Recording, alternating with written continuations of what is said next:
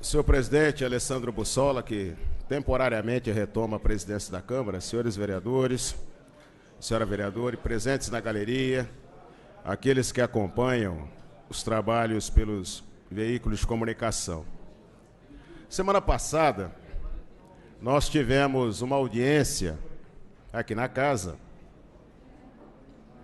que foi para tratar da LOA, da Lei Orçamentária Anual. Apesar de ser um espaço limitado, nós conseguimos identificar alguns problemas em relação ao Executivo e em relação também à saúde financeira de algumas autarquias. Um dos problemas foi em relação ao DAI. E os jornais acabaram retratando isso hoje, porque o DAI, ele tem a sua receita oriunda de um produto que ele vende à população, que é água. E soou meio contraditório a posição da direção do DAI, quando disse aqui na audiência que existe uma preocupação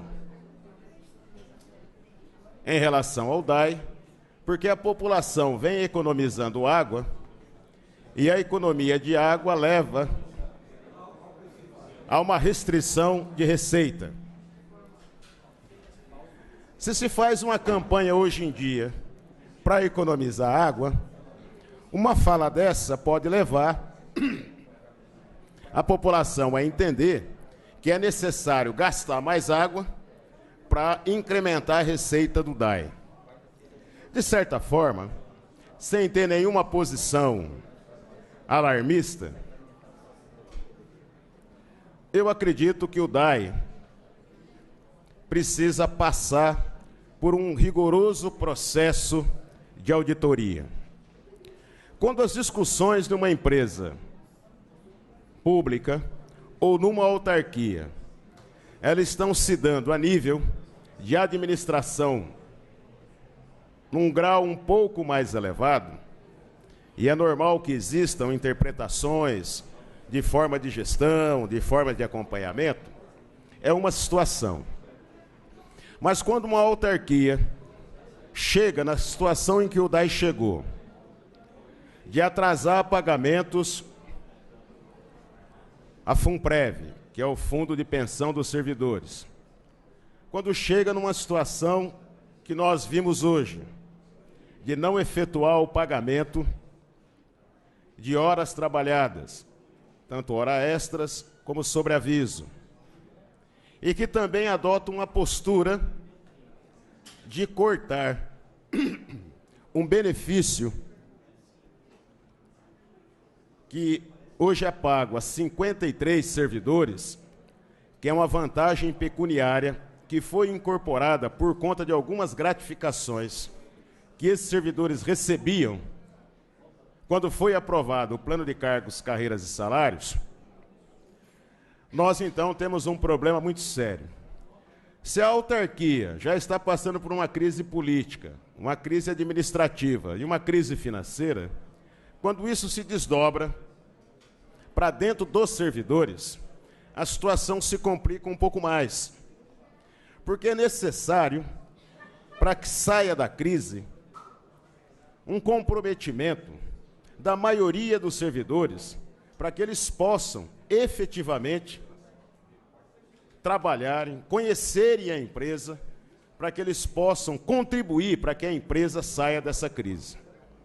Eu não tenho o hábito de discutir direção de empresa pública, não tenho o hábito de discutir quem comanda a secretaria, mas aproveitando que o prefeito está aqui na sala da presidência, e é o prefeito que tem a responsabilidade de gerir as empresas públicas, eu acredito que o senhor prefeito deveria pensar com bastante serenidade, pensar de forma pragmática, que a atual direção do DAI não reúne mais as condições políticas para permanecer à frente da autarquia.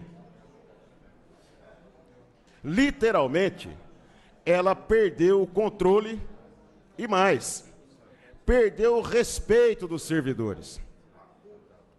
E não há nenhuma autarquia, nenhuma secretaria que possa funcionar se não houver o comprometimento dos servidores. E é público que o DAI tem problemas. E esses problemas estão se refletindo da maneira mais cruel, que é expropriar dos trabalhadores aquilo que o trabalhador tem. O trabalhador vende força de trabalho para o DAI. Então o DAI, ao não pagar as horas extras, ao não pagar o sobreaviso, ao efetuar cortes das vantagens pecuniárias, o DAI se apropria irregularmente de uma prestação de serviço que o servidor fez. E por que que isso está ocorrendo? Isso está ocorrendo porque o DAI não dispõe de receita para honrar seus compromissos, principalmente os compromissos com os trabalhadores. E salário é algo sagrado. Você pode mexer em tudo numa empresa. O que você não pode fazer é mexer no salário dos servidores.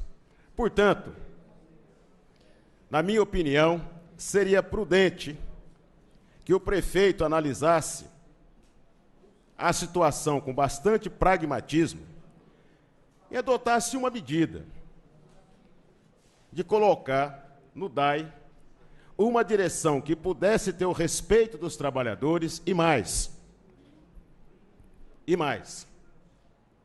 abrir a possibilidade para que uma comissão de trabalhadores do DAI, escolhida nos locais de trabalho, pelo voto aberto dos trabalhadores do DAI, pudesse também participar da gestão dessa autarquia.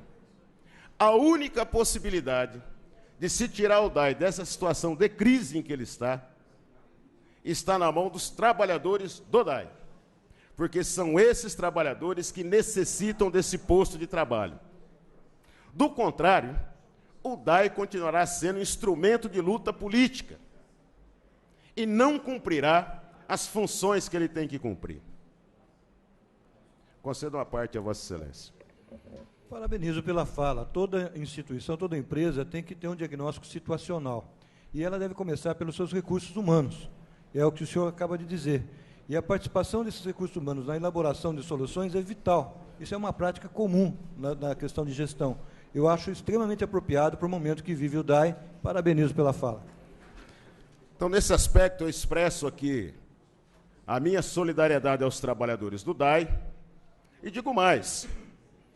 Os trabalhadores do DAI, se de fato entrarem em greve, eles devem colocar no centro das suas reivindicações o pagamento dos seus salários e a exigência de que uma comissão de trabalhadores assuma o controle da gestão do DAI. Sem isso, o DAI continuará patinando nessa situação em que ele se encontra, que agride os trabalhadores e não consegue dar segurança para a sociedade e para a população, e que continuará a prestar um serviço com qualidade e com eficiência. Por fim, senhor presidente, eu gostaria de tratar de um assunto envolvendo a CEPLAN. A CEPLAN começou a notificar trabalhadores da economia informal que eles devem deixar os seus locais de trabalho em toda a cidade. Ela está aplicando a Lei 4.634 de 2001, que tem cadastrado em torno de 394 trabalhadores da economia informal e uma média de 1.000 trabalhadores que estão atuando em vários ramos da economia, na economia informal, que não tem cadastro. De certa forma, a CEPLAN permitiu que essa situação chegasse ao ponto que está, para agora adotar uma medida ultra-radical, que ela está mandando a fiscalização nesses locais onde as pessoas estão trabalhando e elaborando, para concluir, senhor presidente, via atividade delegada. Eu gostaria de dizer que 1.000 trabalhadores, vereador Sandro, num momento de crise, se forem impedidos de trabalhar, vão ter problemas muito graves. Seus familiares, aqueles diretos e aqueles indiretos. Se a CEPLAN ataca com mão de ferro trabalhadores da economia informal que não vão poder trabalhar, por que que essa mesma CEPLAN é indulgente com a Felivel, que está irregular, que já foi citada para fechar e continua aberta? Essa é uma pergunta que nós temos que fazer. Não existe cidadão de duas categorias na cidade. A lei tem que ser aplicada para todos. Enquanto a Felivel continuar aberta, a CEPLAN não tem autoridade política, não tem autoridade moral para proibir que nenhum cidadão dessa cidade trabalhe, a não ser que ela crie uma bolsa camelô. Ela tira a pessoa do lugar e paga um valor para que a pessoa continue se alimentando e se mantendo. Muito obrigado, senhor presidente.